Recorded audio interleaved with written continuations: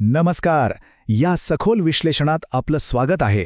आज आपण एका अशा विषयावर बोलणार आहोत जो थेट आपल्या राज्याचं आणि पर्यायानं आपलं भविष्य बदलणार आहे. विषय आहे महाराष्ट्र कृत्रिम बुद्धिमत्ता धोरण 2026. हे धोरण नेमकं काय आहे, त्याचे आपल्यावर काय परिणाम होतील, हे सगळं आज आपण अगदी सोप्या भाषेत डिकोड करणार आहोत. तर सुरू करूया.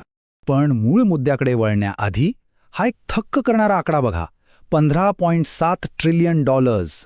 2030 पर्यंत फक्त कृत्रिम बुद्धिमत्ता म्हणजेच एआयमुळे जागतिक अर्थव्यवस्थेत एवढी प्रचंड भर पडेल असा तज्ज्ञांचा अंदाज आहे. हा आकडा एवढा मोठा आहे ना की तो जगाची आर्थिक दिशा आणि भविष्यातल्या रोजगाराचं संपूर्ण चित्रच बदलून टाकणार आहे. बरं, आता या जागतिक शर्यतीत आपण कुठे आहोत? तर हे पहा, महाराष्ट्राने यात आघाडी घेतली आहे. स्वतंत्र कृत्रिम बुद्धिमत्ता धोरण जाहीर करणारं महाराष्ट्र हे देशातलं पहिलंच राज्य ठरलं आहे. या जागतिक लाटेचा पुरेपूर फायदा घेण्यासाठी उचललेलं हे खरंच एक ऐतिहासिक पाऊल आहे. आजच्या आपल्या या प्रवासाची थोडक्यात रूपरेषा पाहूया. आपण 5 प्रमुख मुद्द्यांवर चर्चा करणार आहोत. जागतिक एआय क्रांती, महाराष्ट्राचं ऐतिहासिक एआय धोरण, पायाभूत सुविधा आणि कौशल्य विकास, मराठी भाषा आणि संस्कृतीला मिळणारी चालना आणि शेवटी प्रशासनातील एआयचा वापर. चला तर मग पुढे जाऊया. सुरुवात करूया आपल्या पहिल्या टप्प्यापासून, जागतिक एआय क्रांती. आता हे पहा, महाराष्ट्र हे आधीपासूनच देशाच्या अर्थव्यवस्थेचं एक अतिशय महत्त्वाचं इंजिन आहे. देशाच्या एकूण उत्पन्नात आपला वाटा तब्बल 15% आहे. पण राज्याचं पुढचं मोठं स्वप्न काय आहे? तर $1 ट्रिलियन अर्थव्यवस्था बनण्याचं. आणि हे भव्य स्वप्न साकार करण्यासाठी हे नवीन एआय धोरण एका बूस्टर इंजिनसारखं काम करणार आहे. आता वळूया दुसऱ्या आणि सर्वात महत्त्वाच्या भागाकडे. महाराष्ट्राचं हे ऐतिहासिक एआय धोरण नेमकं आहे तरी काय? या धोरणाचा पाया अतिशय भक्कम आहे. तो उभा आहे 7 प्रमुख स्तंभांवर. हे स्तंभ कोणते?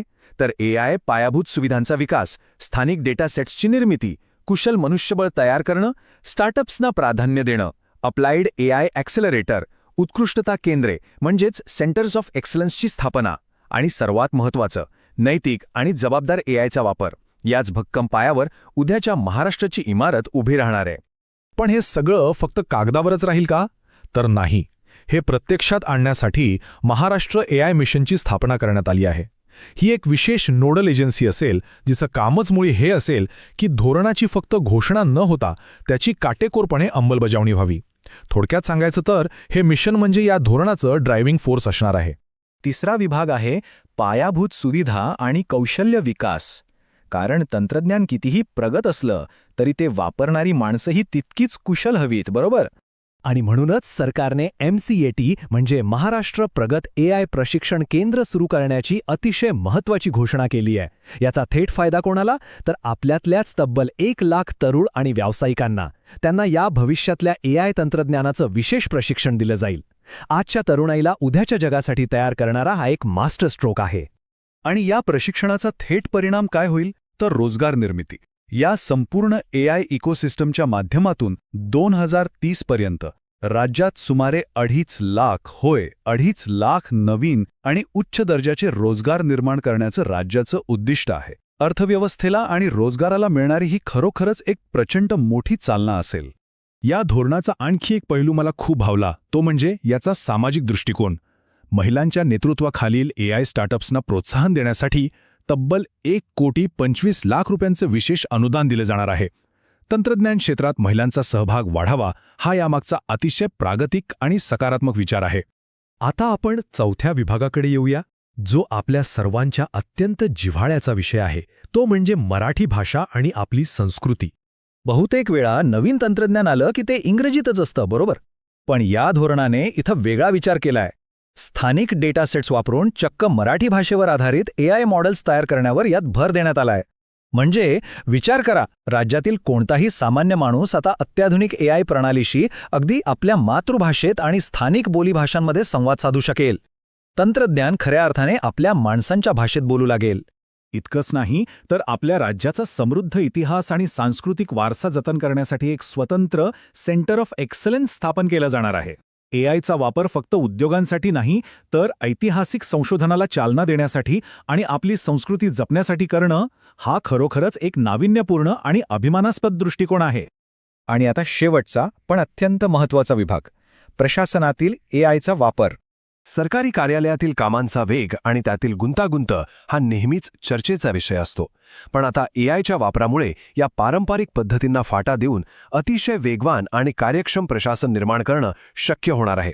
यामुळे कामाची गती तर वाढेलच, पण सगळ्यात महत्त्वाची गोष्ट म्हणजे प्रशासनातली पारदर्शकता अनेक पटींनी वाढेल. यासाठी धोरणात एक अतिशय स्पष्ट आणि सक्तीचं उद्दिष्ट ठेवण्यात आलं आहे. राज्याच्या प्रत्येक प्रशासकीय विभागात किमान एका तरी प्रक्रियेत एआयचा वापर करणं आता बंधनकारक असेल. अशा प्रकारे संपूर्ण राज्यात सुरुवातीला किमान 50 एआय यूज केसेस प्रत्यक्ष अंमलात आणल्या जातील. म्हणजे हा फक्त विचार नाहीये, तर प्रत्यक्ष कृती आराखडा आहे. यासाठी एजेंटिक एआय या प्रगत तंत्रज्ञानाचा वापर केला जाईल. आता हा शब्द थोडा तांत्रिक वाटेल, पण सोप्या भाषेत सांगायचं तर ही एक अतिशय स्मार्ट प्रणाली आहे, जी सरकारी कामांना स्वयंचलित आणि जलद करेल. पण घाबरण्याचं कारण नाही, हे सगळं ह्युमन इन द लूप असेल. म्हणजेच या संपूर्ण प्रक्रियेवर मानवी नियंत्रण आणि देखरेख असेल. काम वेगाने होईल, पण ते पूर्णपणे सुरक्षित आणि जबाबदार राहील. तर आता आपण या सखोल विश्लेषणाच्या शेवटी आलो आहोत. पण जाता जाता एका गोष्टीवर नक्की विचार करा. जेव्हा सरकारी कार्यालयातली कामं एका स्मार्ट, मानवी देखरेखीखालील एआयच्या मदतीने आणि तेही चक्क आपल्या मायबोली मराठीतून अत्यंत वेगाने व्हायला लागतील, तेव्हा आपल्या दैनंदिन आयुष्यात किती मोठा आणि सकारात्मक बदल घडेल. भविष्यातल्या या प्रगत आणि स्मार्ट महाराष्ट्राचं चित्र नक्कीच खूप आशादायी आहे. या विश्लेषणात सहभागी झाल्याबद्दल खूप खूप धन्यवाद. पुन्हा भेटूया अशाच एका रंजक आणि माहितीपूर्ण विषयासह.